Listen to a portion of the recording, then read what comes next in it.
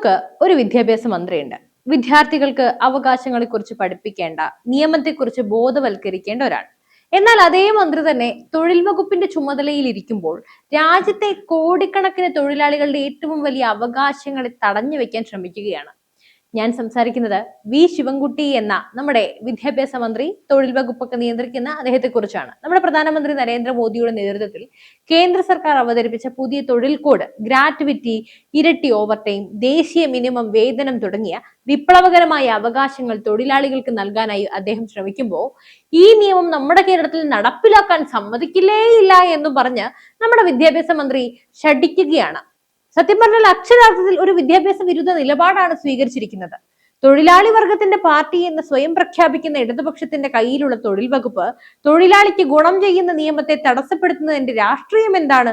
ചെങ്കൊടിക്ക് പിന്നിൽ ഒളിപ്പിച്ചു വെച്ച ഇവരുടെ ഇരട്ടത്താപ്പും അദാനിയുടെ ഷർട്ട് ധരിച്ചുള്ള പഴയ ചില കളികളും, പഴയതെന്ന് പറഞ്ഞാൽ ഏതാനും മാസങ്ങൾക്ക് മുമ്പുള്ള കളികളും നമുക്കിന്ന് പൊളിച്ചെഴുതാം.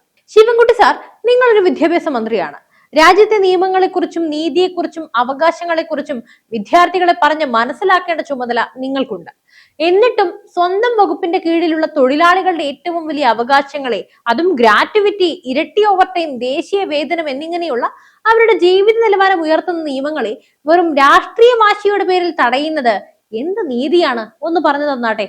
തൊഴിലാളി വർഗത്തിന്റെ പാർട്ടി എന്ന് സ്വയം പ്രഖ്യാപിക്കുന്ന ഇടതുപക്ഷത്തിന്റെ ഈ ഇരട്ടത്താപ്പ് വെറും ഒരു അട്ടിമറിയല്ല, ഇത് കേരളത്തിലെ തൊഴിലാളികളോടുള്ള ഒരു ചരിത്രപരമായ വഞ്ചന തന്നെയാണ്. ഈ നിയമം നടപ്പിലാക്കിയാൽ ഓരോ തൊഴിലാളിക്കും ലഭിക്കുന്ന, എന്നാൽ നമ്മുടെ മന്ത്രി തടയുന്ന ആ വലിയ നേട്ടങ്ങളെ കുറിച്ച് നമുക്ക് ആദ്യം തന്നെ വിശദമായി ഒന്ന് പരിശോധിക്കാം. ഇതിലെ ഓരോ പോയിന്റും നമ്മുടെ കുടുംബത്തിന്റെ സാമ്പത്തിക ഭാവിയെ ബാധിക്കുന്നതാണ്. തൊഴിലാളികളുടെ ഏറ്റവും വലിയ സാമ്പത്തിക സുരക്ഷിതത്വമായ ഗ്രാറ്റുവിറ്റിയുമായി ബന്ധപ്പെട്ട മാറ്റം നമുക്കൊന്ന് നോക്കാം. ഇവിടെയാണ് മന്ത്രിയുടെ നിലപാട് ഏറ്റവും ക്രൂരമാകുന്നത്.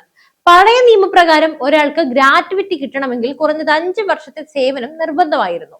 കരാർ തൊഴിലാളികൾക്കും പലപ്പോഴും ചെറിയ സ്ഥാപനങ്ങളിലൊക്കെ ജോലി ചെയ്യുന്നവർക്കും ഇതൊരു സ്വപ്നം മാത്രമായിരുന്നു. എന്നാൽ മോദി സർക്കാർ അത് പൊളിച്ചെഴുതി. ഇനി വെറും ഒരു വർഷം ചിന്തിച്ചു നോക്കാം.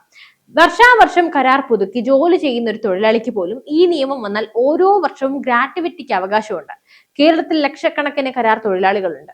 ഈ നിയമം വന്നാൽ അവരുടെ എല്ലാം ബാങ്ക് അക്കൗണ്ടിൽ എത്തേണ്ടത് കോടിക്കണക്കിന് രൂപയാണ്. ഈ പണം വേണ്ടെന്ന് വെക്കാൻ മന്ത്രിക്ക് ആരാണ് അധികാരം നൽകിയത്?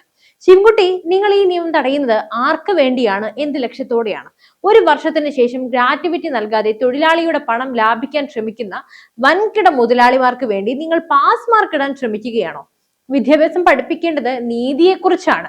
തൊഴിലാളിയുടെ അവകാശത്തെ അതുപോലെ തന്നെ തടഞ്ഞു വെക്കുന്നത് എന്ത് നീതിയാണ്? എന്ത് നീതിയാണ് നിങ്ങൾ ഇതിലൂടെ ലക്ഷ്യം വെക്കുന്നത്? എന്ത് നീതിയാണ് നിങ്ങളോട് ഉദ്ദേശിക്കുന്നത്?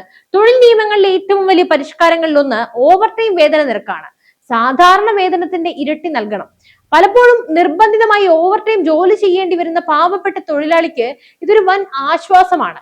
ഇത് നടപ്പിലാക്കാതിരുന്നാൽ ഇരട്ടി കൂലി കിട്ടാതെ കുറഞ്ഞ കൂലിക്ക് കഷ്ടപ്പെടേണ്ടി വരുന്നത് ആരാണ്? കേരളത്തിലെ സാധാരണക്കാരനാണ്. തൊഴിൽ വകുപ്പ് മന്ത്രിക്ക് തൊഴിലാളികളോട് ഇത്രയും ദ്രോഹം ചെയ്യാൻ എങ്ങനെയാണ് സാധിക്കുന്നത്? നിങ്ങളുടെ പാർട്ടിയുടെ സ്ഥാപക ലക്ഷ്യങ്ങളെ തന്നെ നിങ്ങൾ തന്നെ വിസ്മരിക്കുകയല്ലേ? അതൊക്കെ നിങ്ങൾ എന്തോ മറന്നു എന്ന് നമുക്കറിയാം. എങ്കിലും ഈ ഒരു അവസരത്തിൽ പറഞ്ഞു എന്നേ ഉള്ളൂ. ശമ്പളത്തോടു കൂടി അവധിക്ക് യോഗ്യത നേടാൻ വേണ്ട ജോലി ദിവസങ്ങൾ 240 നിന്നും 180 കുറച്ചത് തൊഴിലാളിയെ മനുഷ്യനായി കാണുന്നത് കൊണ്ടാണ്. ആരോഗ്യത്തോടെ ജോലി ചെയ്യാനും കുടുംബത്തോടൊപ്പം സമയം ചിലവഴിക്കാനും ഇത് അവസരം നൽകുന്നുണ്ട്. ഈ നിയമം വേണ്ടെന്ന് പറഞ്ഞാൽ തൊഴിലാളി യന്ത്രമായി കഷ്ടപ്പെടണം എന്നാണോ മന്ത്രിയുടെ ആഗ്രഹം? ഇനി നമുക്ക് ഇടതുപക്ഷത്തിന്റെ കപട രാഷ്ട്രീയത്തിലേക്ക് വരാം. ദേശീയ വേതനത്തിന്റെ കാര്യത്തിൽ അവർ കാണിക്കുന്ന വാശി എന്താണ്? എന്തിനു വേണ്ടിയാണ്? കേന്ദ്ര സർക്കാർ ഒരു ദേശീയ അടിസ്ഥാന വേതനം നിശ്ചയിക്കും. അതായത് ഒരു സംസ്ഥാനത്തിനും അതിൽ താഴെ വേതനം നൽകാൻ കഴിയില്ല. ഇത് കേരളത്തിലെ വിദൂര പ്രദേശങ്ങളിലെ തൊഴിലാളികൾക്ക് പോലും വലിയ സാമ്പത്തിക സംരക്ഷണം നൽകും. അതായത് നമ്മുടെ അന്യസംസ്ഥാന തൊഴിലാളികളൊക്കെ ഇവിടെ ജോലി ചെയ്യുന്നുണ്ട്, അവർക്ക് പോലും ഇവിടെ നീതി ഉറപ്പാക്കുകയാണ്. എന്നിട്ടും ഇത് വേണ്ടെന്ന് പറയുന്നതിന് പിന്നിൽ ഒരു ദുരൂഹതയില്ലേ? ചോദ്യം ഇതാണ്: കേരളത്തിലെ ഇടതുപക്ഷത്തിന് ദേശീയ തലത്തിൽ തൊഴിലാളിക്ക് ലഭിക്കുന്ന ഈ സാമ്പത്തിക സുരക്ഷിതത്വം ഇഷ്ടമില്ലാത്തത് എന്തുകൊണ്ടാണ്? പഴയ ചൂഷണ രീതികൾ തുടരണമെന്നാണോ? അതോ കേന്ദ്രത്തിന്റെ ഒരു നല്ല നിയമവും സംസ്ഥാനത്ത് നടപ്പിലാക്കില്ല എന്ന വെറും രാഷ്ട്രീയ വാശിയാണോ? അതോ സാധാരണക്കാരൻ എന്നും ഇവിടെ നരകിച്ച് നശിക്കട്ടെ എന്ന ചിന്താഗതിയാണോ? തൊഴിലാളികളുടെ വയറ് നിറയുന്നതിനേക്കാൾ വലുതാണോ ഈ രാഷ്ട്രീയ വാശി?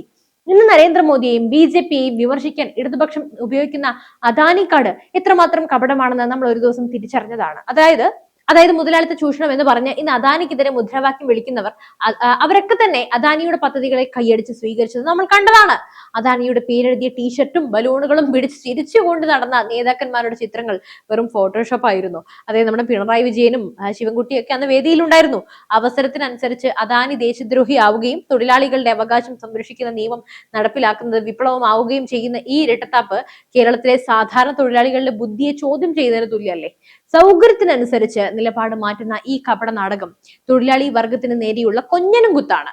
പണം മാത്രമല്ല, തൊഴിലാളിയുടെ ജീവനും കുടുംബത്തിന്റെ സുരക്ഷയുമാണ് ഈ കോഡ് ഉറപ്പാക്കുന്നത്. ഒരു തൊഴിലാളിക്ക് വീട്ടിലേക്കോ ജോലിസ്ഥലത്തേക്കോ ഉള്ള യാത്രക്കിടയിൽ അപകടം പറ്റിയാൽ അത് തൊഴിലാളി സംബന്ധമായ അപകടമായി കണക്കാക്കും. ഇത് നഷ്ടപരിഹാരം, ഇൻഷുറൻസ്, ESI ആനുകൂല്യങ്ങൾ എന്നിവയെല്ലാം ഉറപ്പാക്കുന്നുണ്ട്. ഇതൊരു മാനുഷിക നിയമമാണ്. എന്നിട്ടും ഈ നിയമം നടപ്പിലാക്കില്ലെന്ന് പറയുമ്പോൾ നമ്മുടെ മന്ത്രിയുടെ ഹൃദയത്തിൽ മനുഷ്യത്വത്തിന്റെ അംശം എത്രത്തോളം ഉണ്ടെന്ന് തൊഴിലാളികൾ വിലയിരുത്തണം. തൊഴിലാളിയുടെ ജീവന് വില നൽകുന്ന നിയമം വേണ്ടെന്ന് പറയാൻ ഒരു വിദ്യാഭ്യാസ മന്ത്രിക്ക് എങ്ങനെയാണ് സാധിക്കുന്നത്? ESI കവറേജ് ഫാക്ടറികൾ, കടകൾ, തോട്ടങ്ങൾ, ചെറിയ യൂണിറ്റുകൾ എന്നിവിടങ്ങളിലെ തൊഴിലാളികൾക്കെല്ലാം വിപുലപ്പെടുത്തുന്നുണ്ട്. ഇതൊരു സർവ്വവ്യാപിയായ ആരോഗ്യ സുരക്ഷാ വലയമാണ്. ഈ പരിരക്ഷ പോലും വേണ്ടെന്ന് പറയുന്ന തൊഴിൽ വകുപ്പ് മന്ത്രി നമ്മുടെ തൊഴിലാളികളുടെ ചികിത്സാ ആവശ്യങ്ങളൊക്കെ എങ്ങനെയാണ് നിറവേറ്റാൻ പോകുന്നത്? ഇവിടെയുള്ള ഗവൺമെന്റ് ഹോസ്പിറ്റൽ കൊണ്ടാണോ, മെഡിക്കൽ കോളേജുകൾ കൊണ്ടാണോ? മതിയായതാണത്.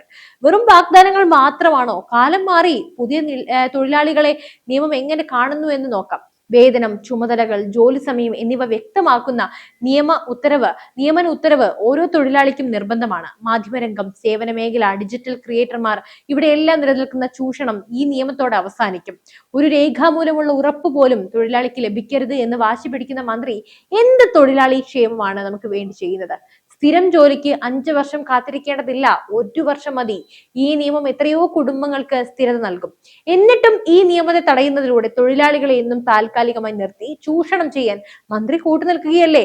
മന്ത്രിയും ഏതോ മുതലാളിത്ത വർഗത്തിന് വേണ്ടി ഇവിടെ ആവേശം കൊള്ളുകയാണോ? ഇടതുപക്ഷം എന്നും പറയും തങ്ങൾ തൊഴിലാളികളുടെ കൂടിയാണ്. എന്നാൽ തൊഴിലാളികളുടെ അവകാശങ്ങൾ നിയമമായി വന്നപ്പോൾ അവർ ആ നിയമം നടപ്പിലാക്കെന്ന് പറഞ്ഞ് പുറംതിരിഞ്ഞു നിൽക്കുന്നു. ഇതാണ് ഈ മന്ത്രിയുടെയും പാർട്ടിയുടെയും ഇരട്ടത്താപ്പ്. ശിവൻകുട്ടി സാർ, നിങ്ങളൊരു വിദ്യാഭ്യാസ മന്ത്രിയാണ്. അതുകൊണ്ട് നിങ്ങൾക്ക് ഈ നിയമങ്ങളുടെ മൂല്യം നന്നായിട്ട് അറിയാം എന്ന് വിചാരിക്കുന്നു. രാഷ്ട്രീയ വാശിയുടെ പേരിൽ തൊഴിലാളികളുടെ ജീവിതം കൊണ്ട് പന്താടരുത്. നിങ്ങളുടെ ഗ്രാറ്റുവിറ്റി, ഓവർ ടൈം, ശമ്പളം, ആരോഗ്യ സുരക്ഷ ഇവയെല്ലാം നിഷേധിച്ച് ഈ മന്ത്രിയോട് നിങ്ങൾ ചോദിക്കണം, നിങ്ങൾക്ക് തൊഴിലാളികളെക്കാൾ വലുത് ഈ രാഷ്ട്രീയ വാശിയാണോ? നിങ്ങളുടെ ലാഭമാണോ? നിങ്ങൾ ആർക്ക് വേണ്ടിയാണ് നിയമം ഉണ്ടാക്കുന്നത്? നരേന്ദ്രമോദി സർക്കാർ നൽകാൻ ശ്രമിച്ച ഈ അവകാശങ്ങൾ നിങ്ങൾ ചോദിച്ചു വാങ്ങണം. അപ്പോൾ ഈ വീഡിയോ പരമാവധി ഷെയർ ചെയ്യുക. ഈ സത്യം കേരളം മുഴുവൻ അറിയട്ടെ. ശിവൻകുട്ടിയോട് ഞങ്ങൾക്ക് ഒന്നേ പറയാനുള്ളൂ, നിങ്ങളുടെ വിദ്യാഭ്യാസമില്ലാത്ത ഈ തീരുമാനം കേരളത്തിലെ തൊഴിലാളികൾ വിലയിരുത്തും. അപ്പോൾ മറ്റൊരു വിഷയമായി വീണ്ടും എത്തും വരെ നന്ദി.